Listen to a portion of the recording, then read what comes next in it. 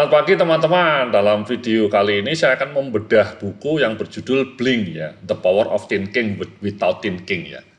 Buku karangan Malcolm Gladwell ya, judulnya Blink, The Power of Thinking Without Thinking. Jadi bahasa Indonesianya kekuatan berpikir tanpa berpikir gitu ya, Blink. Jadi Anda mencoba mengambil keputusan dengan berpikir secara intuitif ya. Ini mungkin mirip intuisi gitu ya. Mari kita bahas ya buku yang fenomenal ini ya. Karangan Malcolm Gladwell ini juga sudah ada terjemahannya di dalam bahasa Indonesia. Kalau tidak salah ya di Shopee sama Tokopedia banyak tersedia ya. Anda bisa tulis judul bukunya Blink, karangan Malcolm Gladwell. Anyway, seperti biasanya ya Anda bisa dapat materinya ini ya, materi PDF summary ini di link deskripsi video ini ya. Juga Anda bisa dapatkan 25 buku bisnis terbaik dunia. Isinya Top Jos ya. Silakan diklik linknya di deskripsi video ini ya. Jadi buku Blink, The Power of Thinking Without Thinking ini ditulis oleh Malcolm Gladwell ya, salah satu penulis buku non-fiksi terkenal ya. Buku dia sangat banyak. Misalnya ada Outlier, juga ada Tipping Point ya. Buku ini buku kedua yang ditulis oleh Gladwell ya, setelah bukunya yang pertama yakni Tipping Point. Nanti ringkasannya juga kapan-kapan saya bahas ya, ringkasan buku, bedah buku Tipping Point juga akan saya lakukan dalam video kali ini, di video berikutnya ya. Jadi, Blink itu mungkin seperti ini ya teman-teman ya, Anda memanfaatkan kekuatan intuisi Anda, kemudian Anda cepat mengambil keputusan, tidak lemot, tidak ngalor ngidul gitu ya, dan amazingnya keputusannya juga akurat gitu ya. Ini kan sangat menghemat waktu, menghemat energi ya. Contoh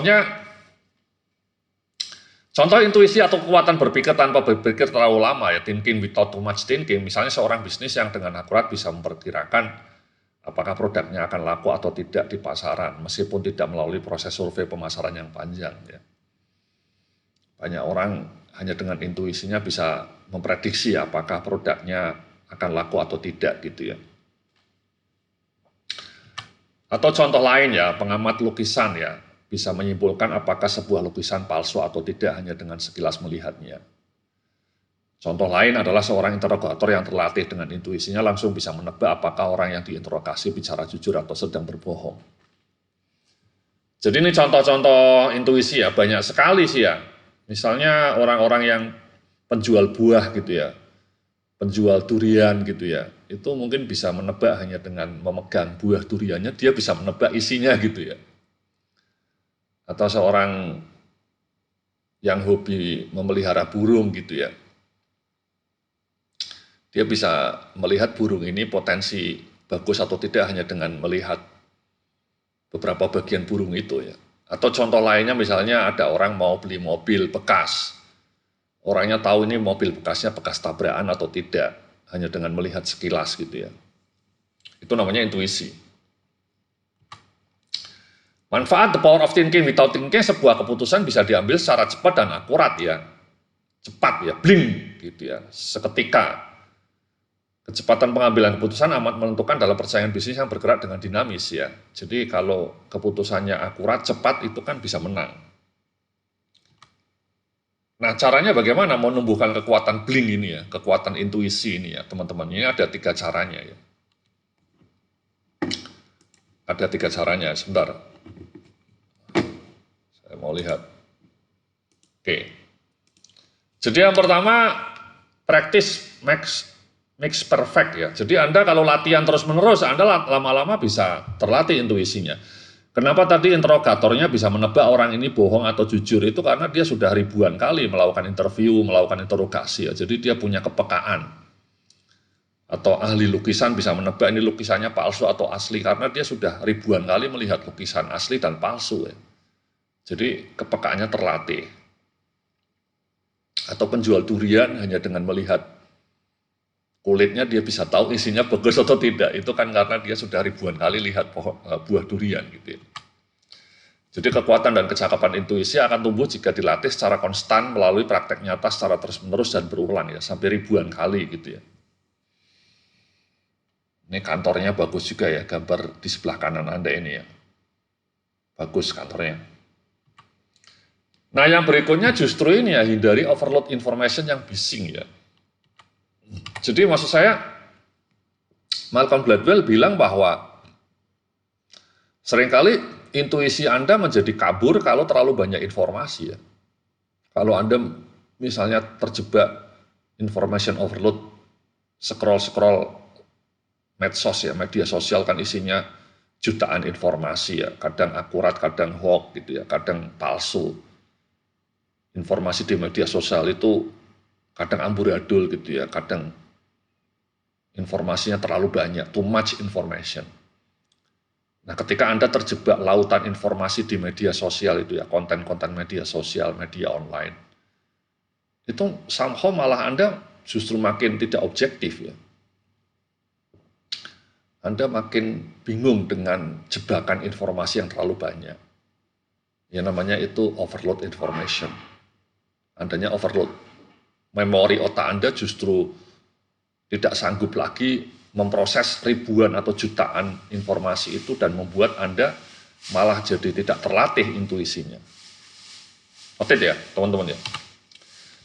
Dan yang terakhir, hindari cognitive bias ya. Cognitive bias itu stereotype ya, contohnya ini ya. Jadi cognitive bias adalah semacam cognitive error yang membuat arah intuisi menjadi tidak akurat. Ini sering terjadi ya, intuisinya karena ternyata diracuni oleh atau terkontaminasi oleh cognitive bias ya. Misalnya stereotype ya, stereotype itu cognitive bias. Contoh cognitive error atau stereotype adalah atau jenis pikirannya memang. Jadi contohnya ini ya, stereotype ya. Jadi apa itu stereotype itu? Menganggap seorang atau sebuah kelompok masyarakat memiliki ciri-ciri tertentu yang sayangnya tidak terlalu akurat dan terlalu mengeneralisasi. Jadi Anda menganggap misalnya orang dari suku tertentu orangnya seperti ini. Itu stereotype atau stigma gitu ya. Menganggap semua orang dari kalangan ini seperti ini gitu ya. Itu membuat bias, pikiran Anda tidak jernih. Anda sudah terjebak stereotype. Itu sering terjadi ya. Orang sudah punya judgement ya. Jadi orang di media sosial terlalu mudah melakukan judgement karena mereka punya stereotype tertentu terhadap orang lain yang sayangnya stereotype itu dibangun oleh pengalaman personal dia. Bukan sesuatu yang berdasarkan data yang valid, terlalu mengeneralisasi. Ya, jadi ini ya, menganggap sebuah komunitas etnis tertentu memiliki sikap perilaku spesifik. Faktanya tidak demikian. Atau ada anggapan jika lelaki yang gagah dan tampan itu pasti kompeten. Ya, nyatanya tidak demikian ya. Ini juga terjadi ya teman-teman. Di Amerika itu ada penelitian presiden-presiden Amerika itu cenderung yang lelaki ya itu gagah, handsome gitu ya. Jadi herding effect namanya. Mereka dulu punya presiden Amerika dulu namanya Warren Harding kalau tidak salah. Orangnya ganteng, handsome, gagah. Tapi kinerjanya amburadul. Ya. Nah, kenapa dia terpilih? Karena itu orang-orang itu cenderung lebih suka dengan lelaki yang good looking atau sebaliknya ya perempuan yang good looking dianggap cerdas gitu ya. Itu stereotype teman-teman ya. Padahal belum tentu. Ya, nah itu bisa merusak intuisi Anda ya. Merusak intuisi Anda ya. Contoh lainnya cognitive bias, confirmation bias ya. Jadi ini adalah jenis kognitif yang sering merusak kekuatan akurasi intuisi. Confirmation bias terjadi ketika seorang hanya peduli dengan pandangan atau opini yang sesuai dengan pandangan dirinya atau yang mengkonfirmasi keyakinan dia sebelumnya. Ini sangat sering terjadi ya.